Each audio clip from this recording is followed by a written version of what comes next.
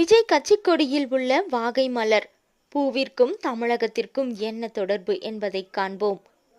தமிழ்நாட்டில் தனி கட்சி தொடங்கியுள்ள நடிகர் விஜய் அதன் கொடியை அறிமுகம் செய்த பிறகு வாகை மலர் அதிக அளவில் பேசும் பொருளாக மாறியுள்ளது.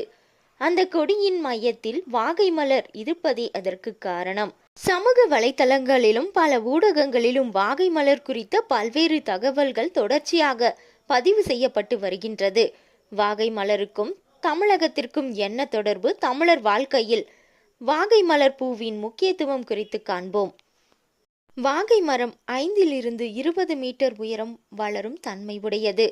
வாகையில் சிறுவகை, பெருவகை, நிலவகை, காட்டுவகை, செவ்வகை, கருவகை, தூங்குவகை என பல வகைகள் உள்ளன.